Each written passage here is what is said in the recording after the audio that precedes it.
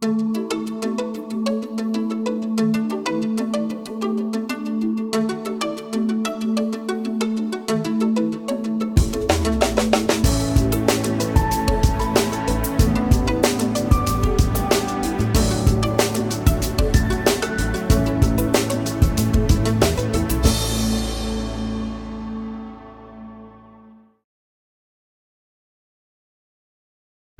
panel today is mainly geared around how to get started in mobile. All right, hopefully you're active in the affiliate marketing space and you're looking to extend into mobile because you're hearing so much about it, or you've gotten started with it recently and are ready to learn some of the tips and tricks to scale like some of these guys have with their businesses so far.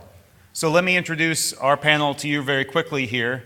On the end over here, we've got a guy who probably doesn't need much introduction in the affiliate space, Russell Peachman. He's a vice president at LinkShare, runs their customer acquisition network as well as their mobile ad businesses. Next to Russell is Justin Elenburg, Mobile Fused, who has grown very quickly over the past 3.5 years to become one of the leading mobile publishers in the space, and he'll explain to you how he got started today. And then on my left here is Sunil Baliga, who is the CEO and founder of Atmio, which is a company that also helps advertisers and publishers get started with mobile marketing. So before we jump into a little bit of background, let me give the panelists each a chance to share their background in their own words and explain to you a little bit about what they do and what their companies do. Sunil, you want to start? Sure. Yeah, hi. Thank you for inviting me here today. Jason, my name is Sunil Baliga, as he mentioned, CEO and co-founder of Atmio. We're a technology provider based in Silicon Valley. Our technology is used to make mobile landing pages and pretty soon here rich media ads. Started the company with a friend of mine about 1.5 years ago. Prior to that, I came from the sales and marketing world in tech. Came from the semiconductor world actually, where I used to sell camera chips to cell phone handset manufacturers. My name's Justin Elenburg. I was a publisher and started out as a publisher, kind of started Mobile Fused not too long ago. Was doing kind of just testing things and kind of found a mobile and matched it up with phone calls, kind of worked out really well, and decided to start a ad network. I came from a background at ASU, Arizona State University, and kind of moved on from starting company to company, and it's kind of led me here, serial entrepreneur. I'm Russ Peachman. I oversee the customer acquisition network at Rakuten LinkShare. It's one of two main networks that we have. One is more focused on retail cost per sale actions, and the other network that I oversee is the one focused primarily on customer acquisition, leads, and calls. I've been at the company for a long time, and I don't think I can even remember what I did before that. So it's been about 9 years at Rakuten LinkShare. Great. I should probably introduce myself so you know who to blame later. I'm Jason Spievak. I'm the CEO of a company called RingRevenue. We provide the pay-per-call platform technology to most of the leading networks out there today, including the folks up here on the panel today. So before we dive into the panel discussion, let me give you a little bit of background on the emerging mobile market. So you have about 7 billion people on the planet. You have about 4.2 billion own a toothbrush. You got about 5.1 billion own a mobile device. I'm one of the lucky souls who have both. So you all know mobile is mainstream. You know it's here to stay. Every single one of us in this room has a smartphone in our pocket, possibly two in some cases. You're using it daily. I read an interesting stat the other day that the majority of people, when asked if they left their phone at home, would they turn back around and be a half an hour late to work rather than spend the day at work without their mobile phone? The majority of people would be a half an hour late to work to go get their phone. People are deeply, deeply tied to their mobile devices. You all know it. I'm not going to spend a whole lot of time there. Think about the wide range of things that you do on your phone today that you simply didn't have access to 10 years ago, really even 5 years ago. So one of the things that relationship with our mobile phones is driving is an explosion in mobile search, right? Tons of studies coming out of Google, but the bottom line is that Mobile search is growing much, much faster than desktop search, and it's driving billions more phone calls a year, because at the end of the day, it's a phone. The easiest action for someone to take is to click that call button and put it to their heads, right? Not very many people are thumbing in their 16-digit credit card numbers and their security codes and their billing addresses. They're making a call.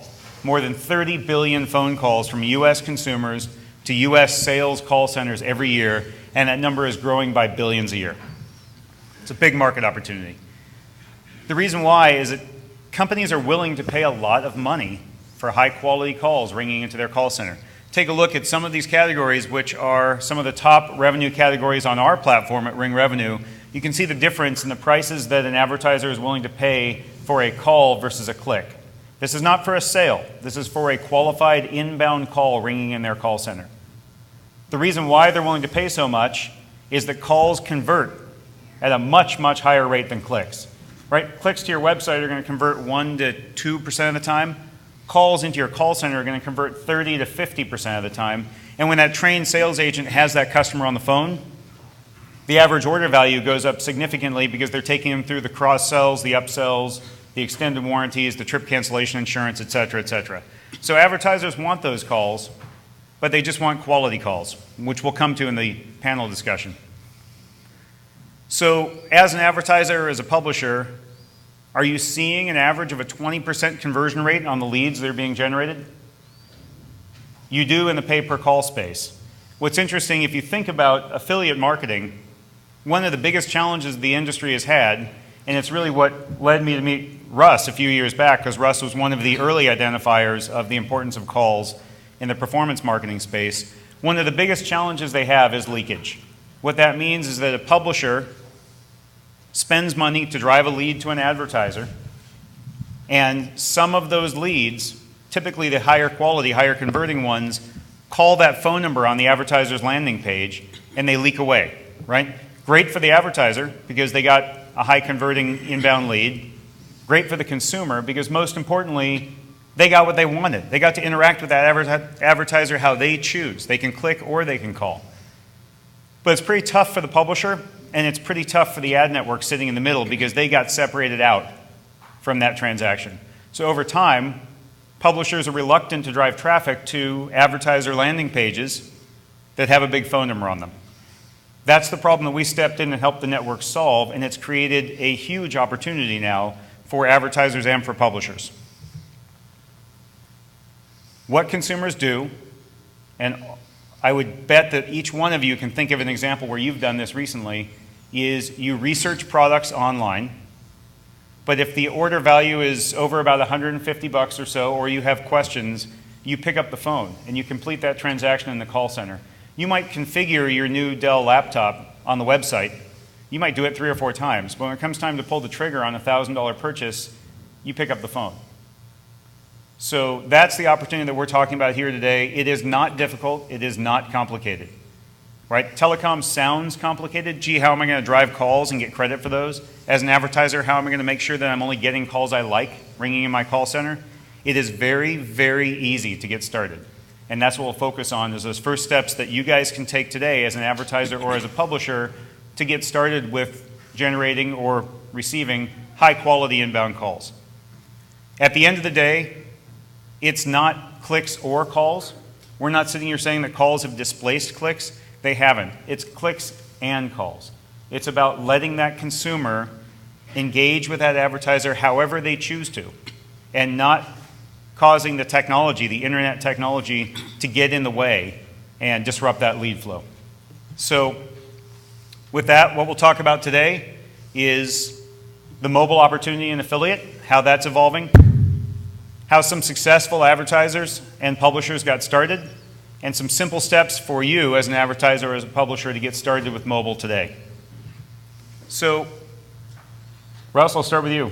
Sure. You were very early to see the opportunity for calls in the affiliate space, both personally and also as representing LinkShare.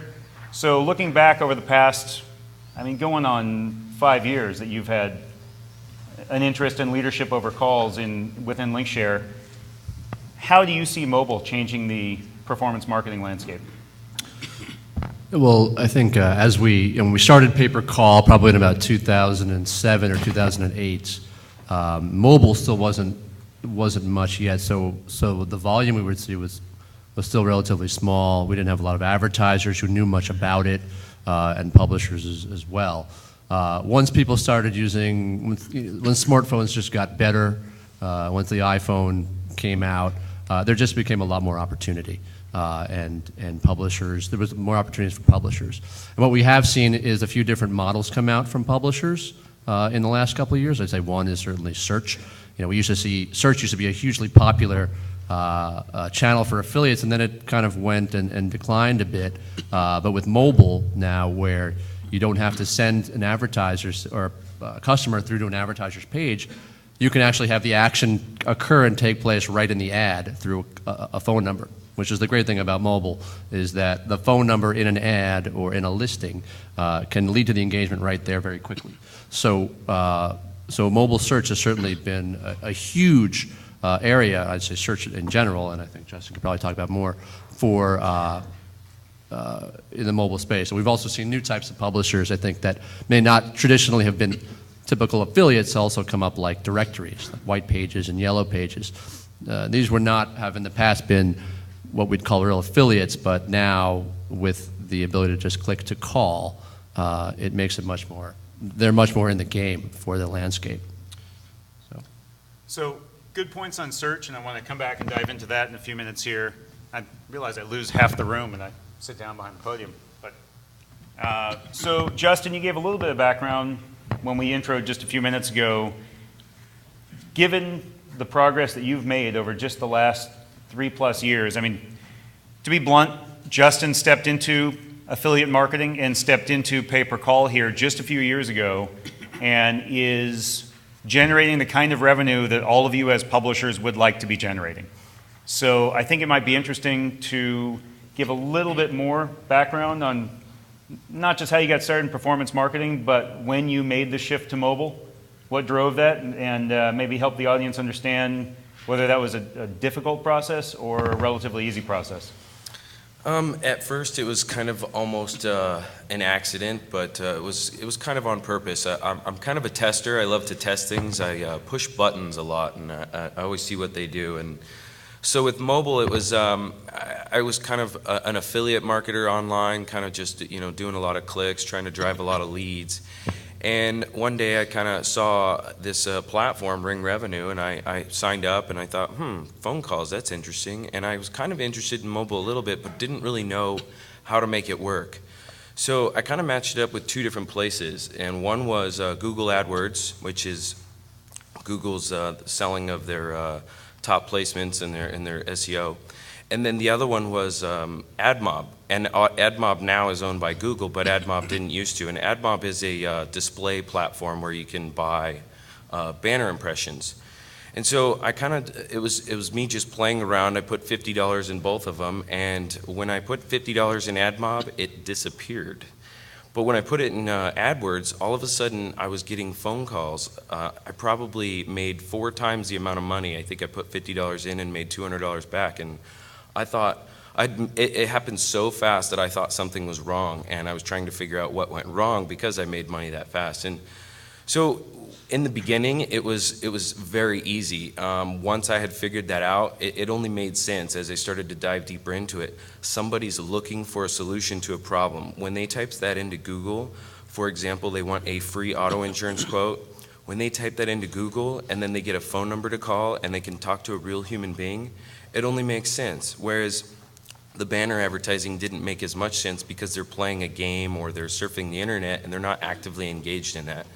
So with what I did, it was pretty much easy, really easy to scale it to the $30,000, $50,000 a month range doing just search. And a lot of that is, I would say probably about 90% of it is Google, and there's a couple other sources also. So let me, I'll put you on the spot here. You may have this data, you may not, but it's probably something that you're looking at.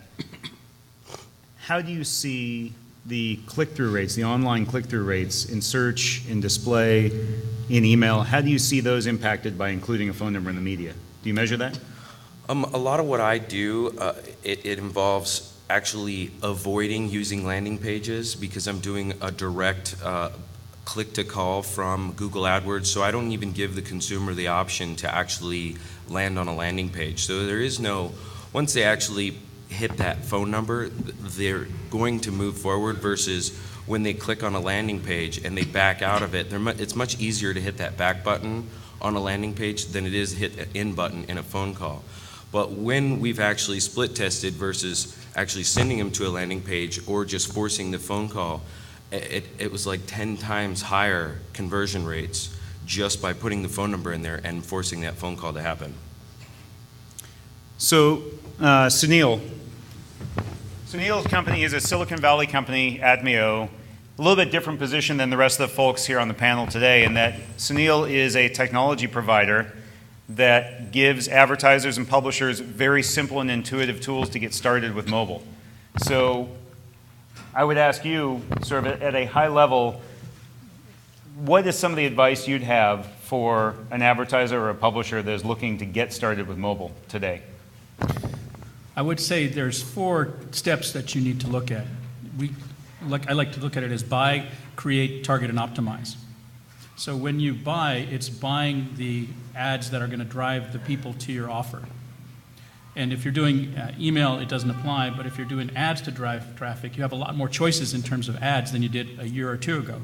It's just not, search ads or it's not banner ads, but you have rich media ads, you have push notification ads, you have icon ads, things like what are being offered by people like AirPush, you have Twitter ads, you have Facebook ads.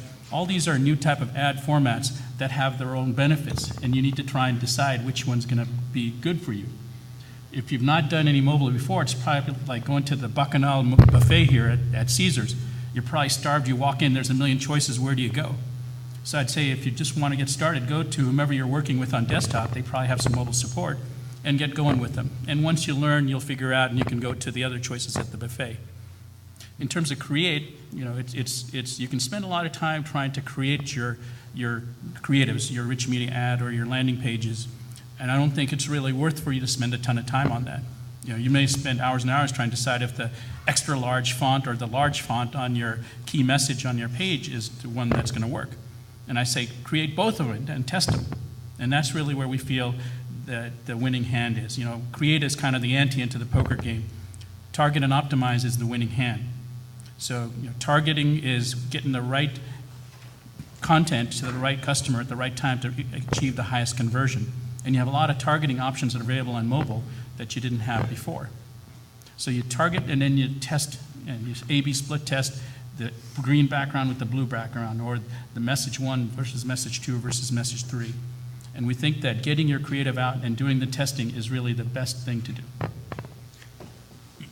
So sounds similar to what probably everyone in this room is doing with their online traffic today. Yes. Similar strategies, similar techniques, similar managements, and fortunately with the evolution of technology over the past few years, it is as easy as pointing and clicking to pull down the right creative and run it on mobile. So, along those lines, Russ, what are, if you can share, what are some of the top performing advertisers or advertiser categories in pay-per-call that you can point folks here in the room to?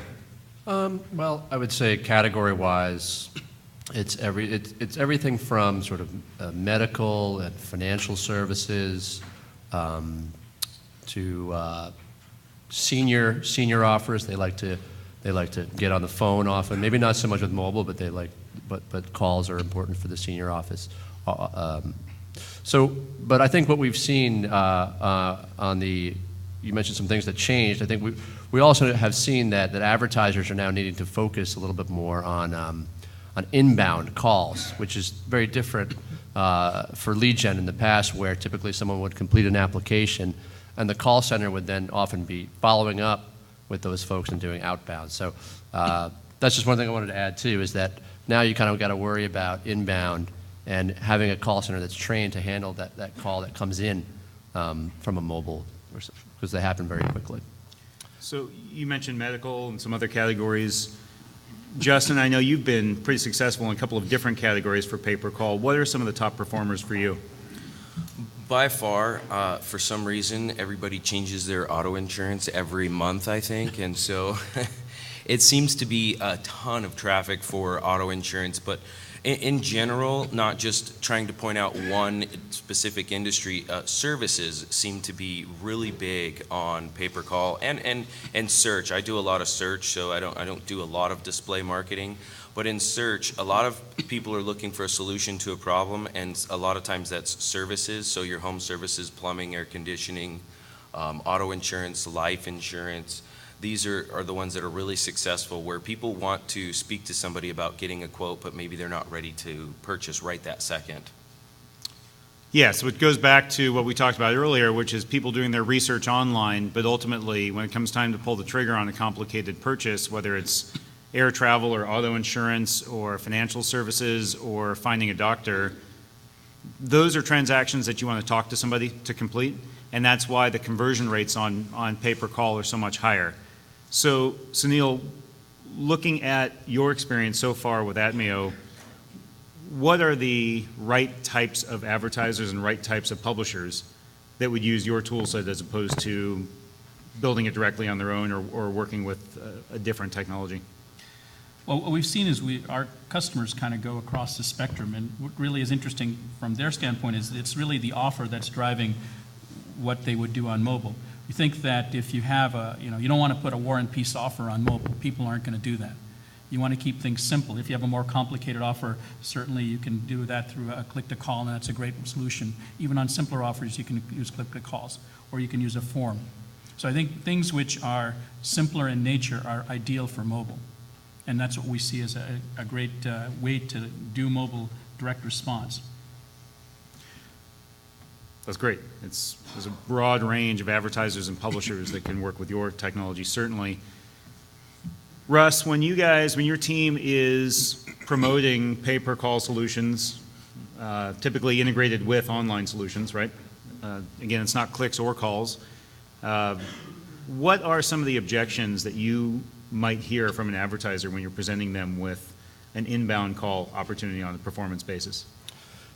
There's often concerns around quality, because unlike maybe a lead that comes in or a transaction that occurs, there's a cost every time you're fielding a call. You have a call center in place. So with something like mobile, where that action can happen so easily, there's certainly the possibility that you're going to get inundated with calls that may hit your call center that you may not have the capacity for, number one. And number two, in some cases, if the publisher isn't quite presenting the offer in a clear enough fashion, you could get a lot of calls that don't necessarily have the quality to convert. So it's really important in that case. It's important that the advertiser is setting up certain quality checks. An IVR is something that's really important for advertisers to do. And we require every advertiser that works with us to make sure they have an IVR in place, or we can do that for them through the pay-per-call platform as well. And an IVR, which stands for Interactive Voice Response Unit? is essentially a filter. Press 1 if you want auto insurance, press 2 if you're an existing customer, et cetera. So having those filters in place will help the advertiser qualify that person before they connect them to a call center. So that's one thing. And while it may filter out some calls, it means at the end of the day that the conversion rate in the advertiser's call center goes up, and they want more of those calls and more of those publishers. So, Justin, I was just reading the other day that when Kobe hit some scoring milestone, that he was asked if the old Kobe could give the young Kobe some advice, what would it be? And it was stretch, and stretch some more. So if you could roll back the clock 3 years here, when you were just starting to get serious about pay-per-call, knowing what you know now, what advice would you give yourself starting out a few years ago? I think education is one of the big keys, really knowing your market. I got into it at a good time when there was almost no competition, and it's a little bit more competitive now, but just having a little bit of an edge over the other publisher, knowing when your customer is on their phone or where they're at when they're using their phone to do their searches, That goes a long ways to figure out what it is that they're looking for and how to solve their problem. And if you can focus on that, get the education, educate yourself about the offer, educate yourself about the consumer who may fill out that offer. That's a big part. Also, when I started out, it was a new landscape, so there was no training on how to do pay-per-call or how to do mobile marketing, and there was, from what I know, when I first started, nobody else doing what I was doing. So I've created a course, but there's many courses out there. I think it's important to at least educate yourself on knowing a little bit about the marketplace as you dive into it. Yeah, your answer there made me think of something. When I first saw Justin get active on our platform at RingRevenue a few years ago, we assumed he was just another publisher, it was just another number we saw spinning by. And then something interesting happened. This guy who I'd never met before called us and started asking us a bunch of questions. And then he came out and met with our team, and it was very clear what he was doing was making a substantial high-quality investment of his time and resources into building out a high-quality experience for the customers he was looking to reach. He researched particular market segments, I think particularly in the insurance space, and then made a full commitment to that once he felt that he had validated the market opportunity for himself, built very high-quality landing pages and landing infrastructure for those consumers, and to this day doesn't stop asking questions about the market, and felt that he wanted to truly become an expert, do a deep dive, and focus on just a handful of categories that he thought were around for the long haul. So in thinking back, and from a publisher standpoint, that was one of the most in-depth preparation processes I've seen on the publisher side. And I can tell you that $50 you started with, I think you can probably add several zeros to that in terms of the monthly volume you're doing today. And that was just a really impressive thing that stood out to me as you got started. So Sunil, on that, instead of looking back, look forward. I mean, where do you see the performance mobile marketing opportunity a year from now, 2 years from now? One thing I see is that I think you're going to see all the technology suppliers have better integrated solutions, kind of like what we've done with you on the click-to-call, because everybody has their favorite solutions and they want to take and stitch them together. And the easier you make it to stitch together, the more obstacles you take out of letting them go and do mobile marketing.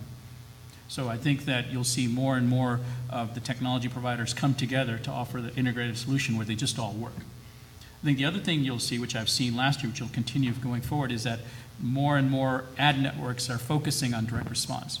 So I know some ad networks who last year set up teams just to focus on direct response, and I know other folks will do that this year. So that means that they can provide the service to people like the folks in this audience to help them go mobile. So it's the service plus the technology that I think you'll see continue in 2013, 2014. So along those lines, LinkShare is one of the top affiliate networks in the world, certainly, and everyone here is familiar with them.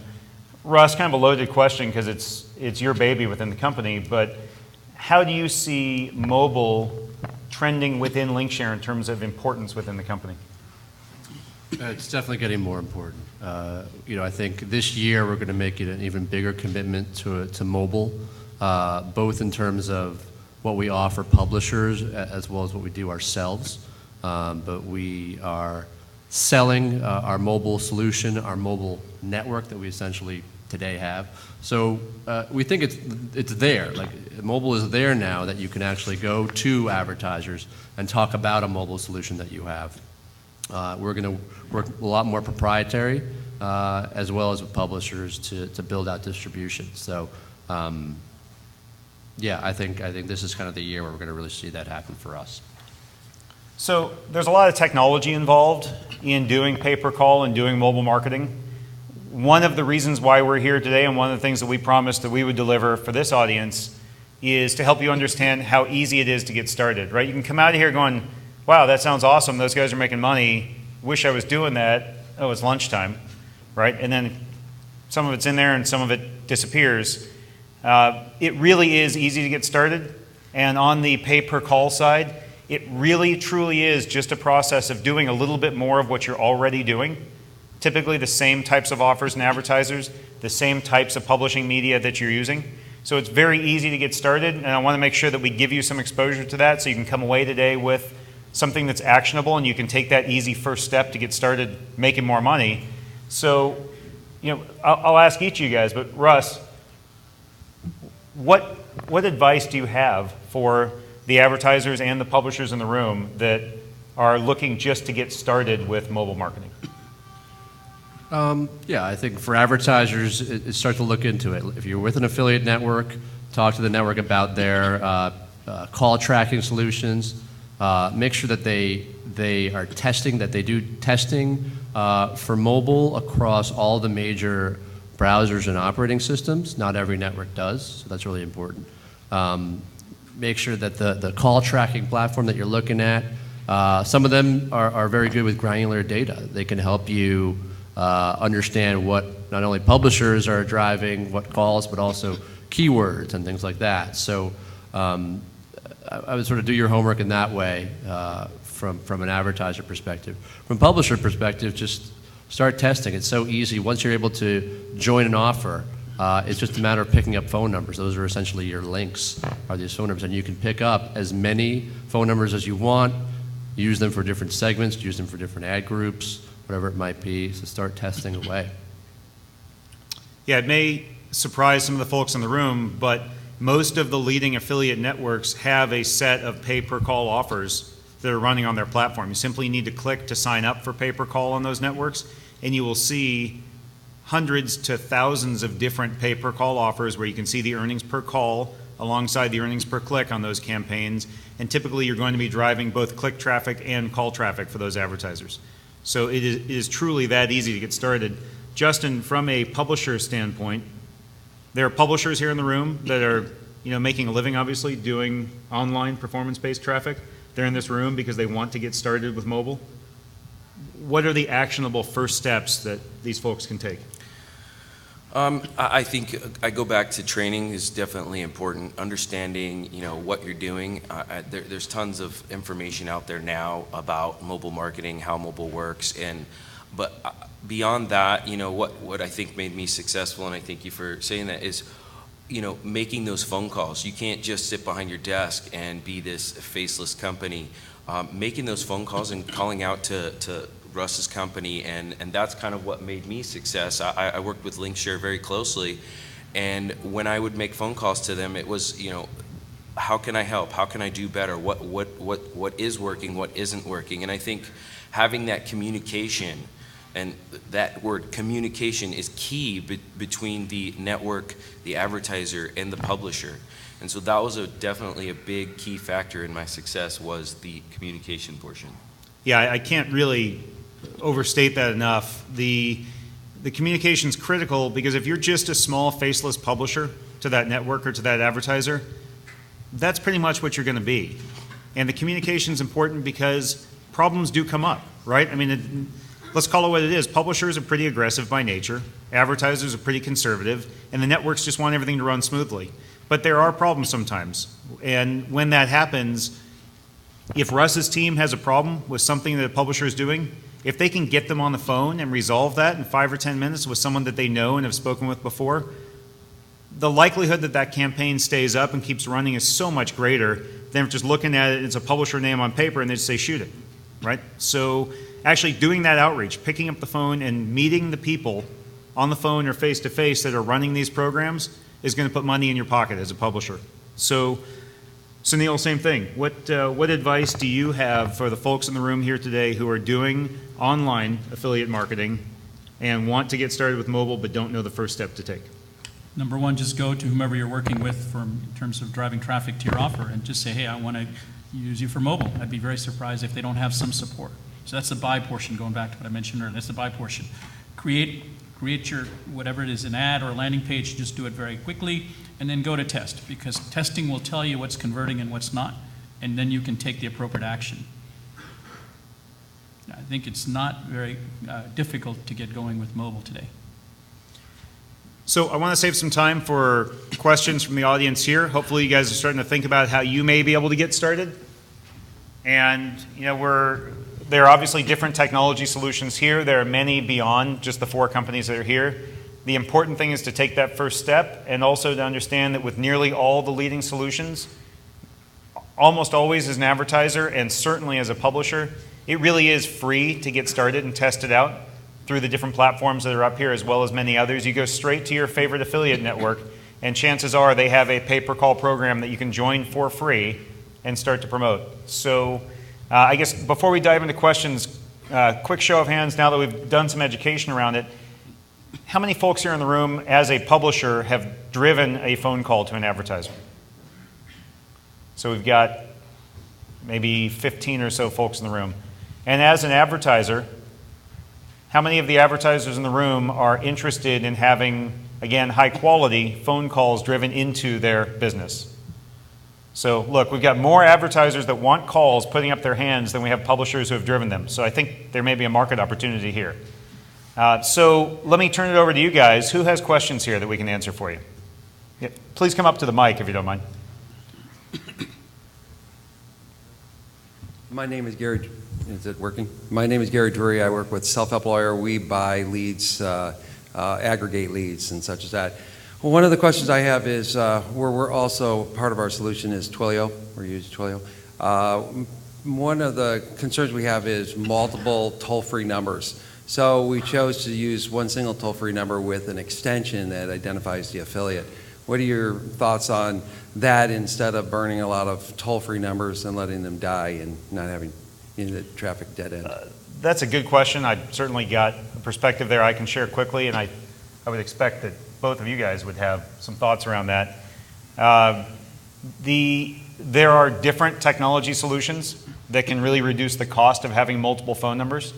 There are dynamic number allocation technologies like ours and probably others out there that let you just use the number of phone numbers that you actually need rather than having to reserve and pay for a whole pool of phone numbers. So if you're interested, I can talk with you a little bit afterward about what some of those solutions are. Twilio is a great solution. It's more of a developer toolkit that lets those smaller engineering-led organizations build some call functionality in. But there can be some challenges if you're working with multiple publisher sources because you've got duplicating telecom charges and multiple phone number charges around that. Our solution is a little bit different in that we built out the entire platform. We built what the LinkShares of the world would build for themselves if they were ready to put millions of dollars out ahead of the first nickel in revenue there.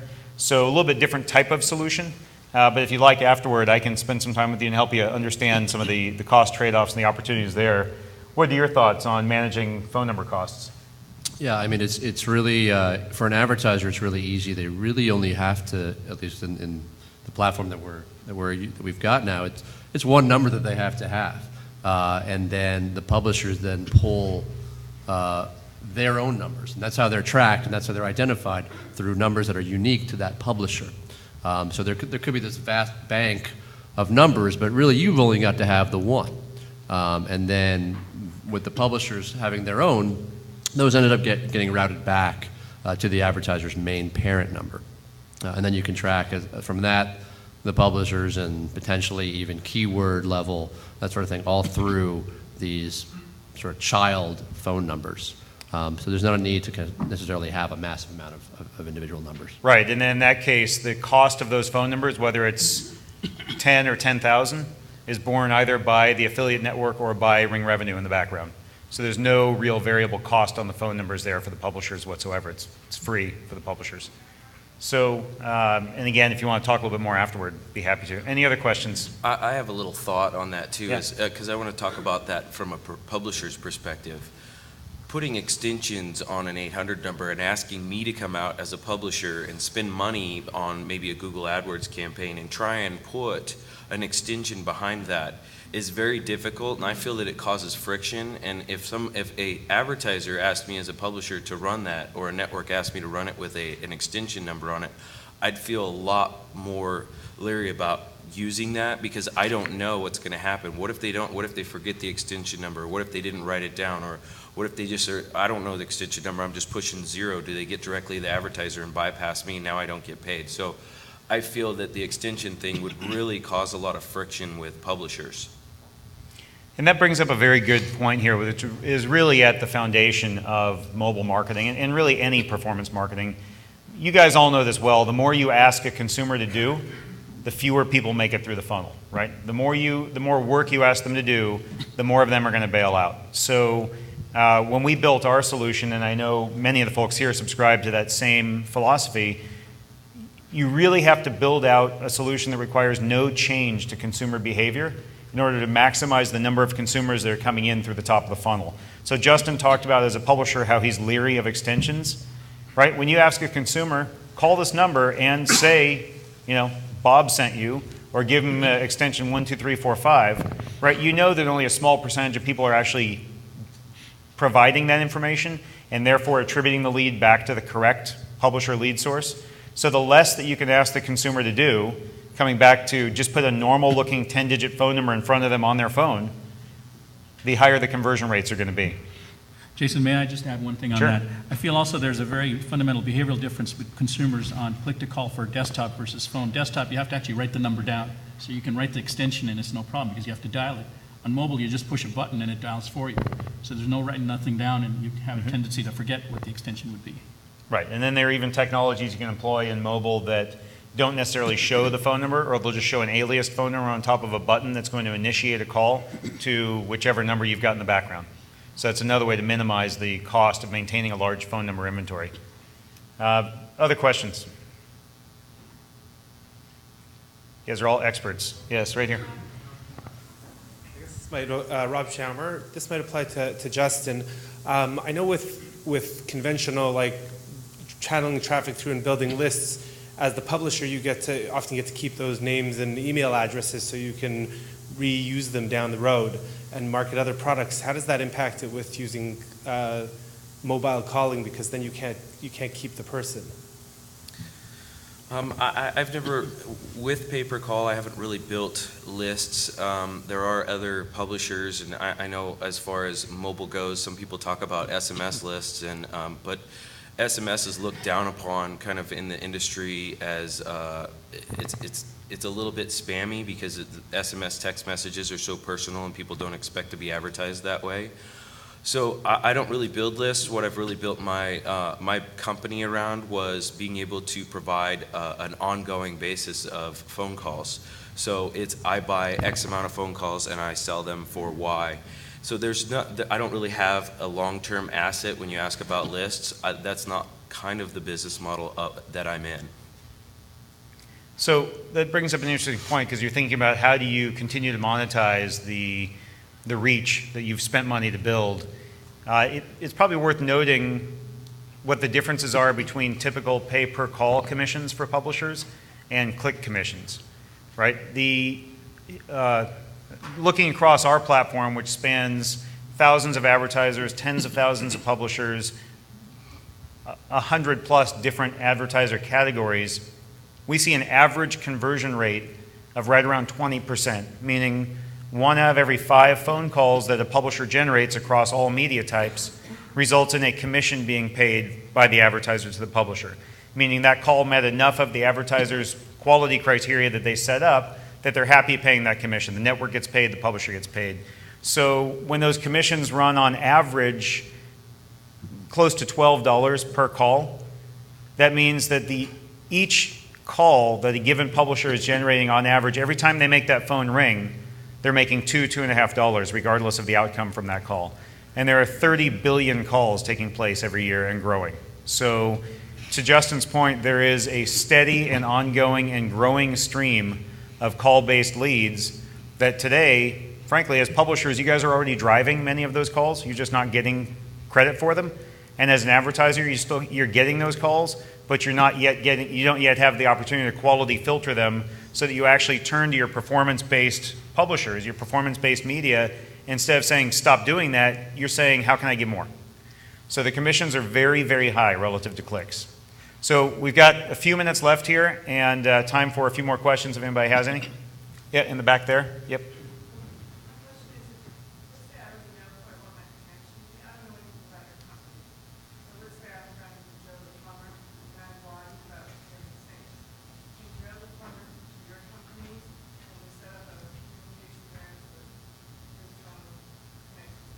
Yes. In that case, you're talking about you have a relationship as a publisher with an advertiser, in that particular example, you don't need an ad network sitting in between to manage that relationship. Joe the plumber in that case really just needs the technology to be able to issue you trackable phone numbers, and also he'll want to quality filter the calls you're driving in, because even though you have a great relationship, some of the calls that your online media, your mobile media is going to drive are not going to be necessarily within their target demographic. They might be from out of area. They might be 2 in the morning, right? So there's some filtering that needs to be done there. But yes, any company can come up and take advantage of our platform and work with any of the others here as well. I will encourage everyone after we break here, if you have an interest in talking with any of the panelists here to learn more about those solutions or how they got started, I would encourage you to come up and talk with the folks here. It is simple and free to get started in performance-based mobile marketing. I would certainly encourage everyone here. We got about 5 minutes left if there are any more questions. Yeah, right here.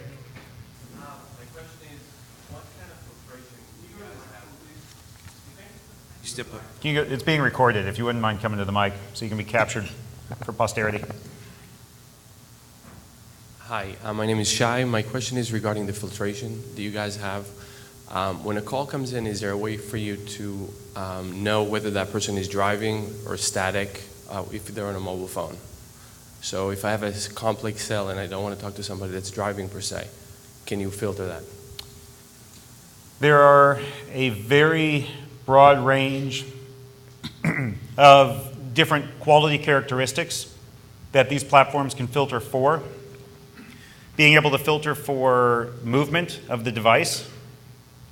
In that particular case, you need to have an app running on the phone that's detecting that movement and feeding that information in real time to these servers. So we don't have that application today, and I hadn't frankly given it any thought, but it's easy to do on the server side.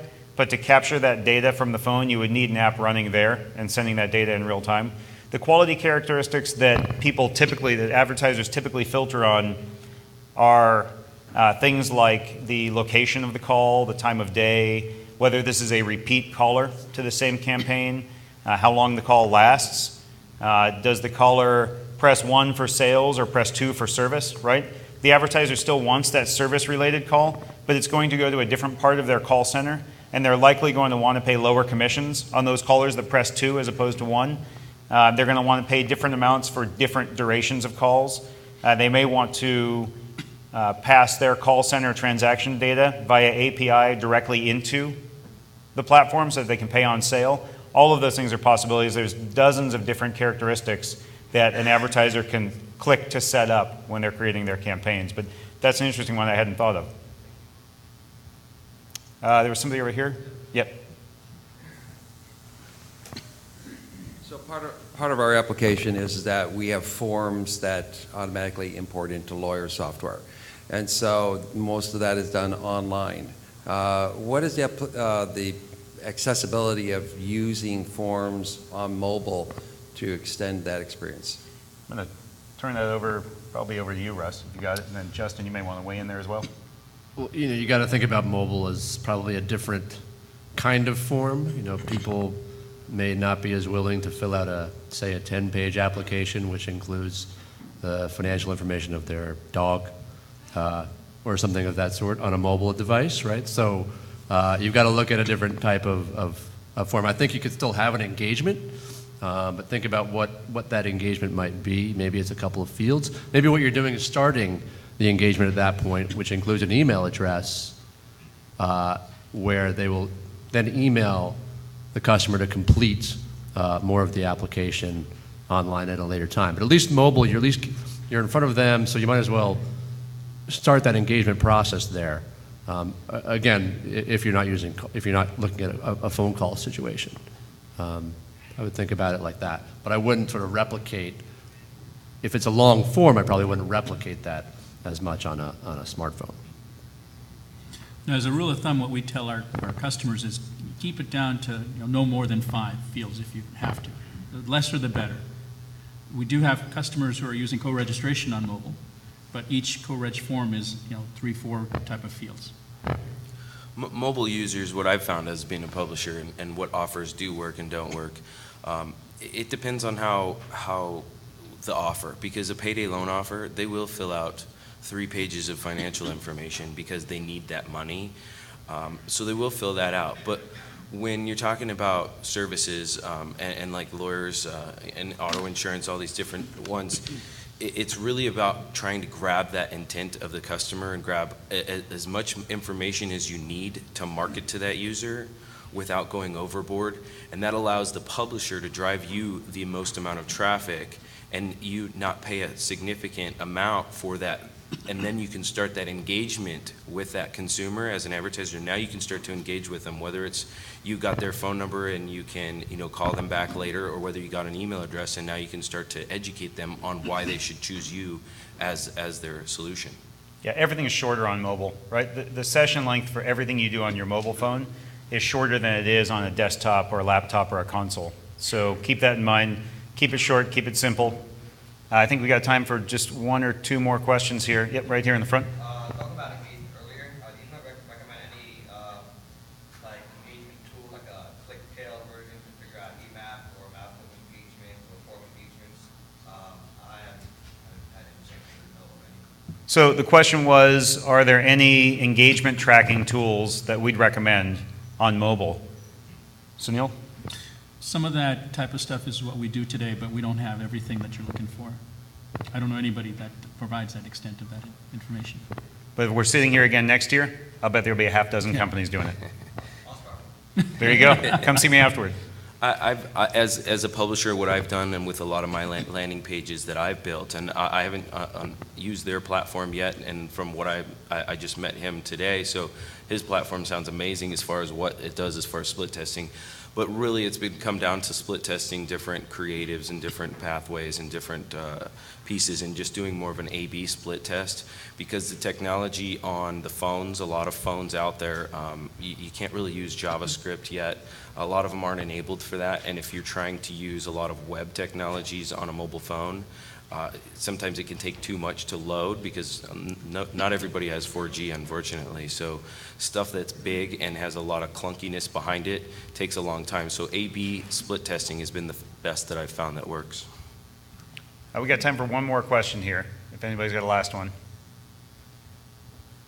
Great. Well, thank you all for the time today. I would encourage you to come up and ask questions of the panelists here. We're here to help you guys get educated and get started. So thank you for your time today. Thank you, everybody. Thank you.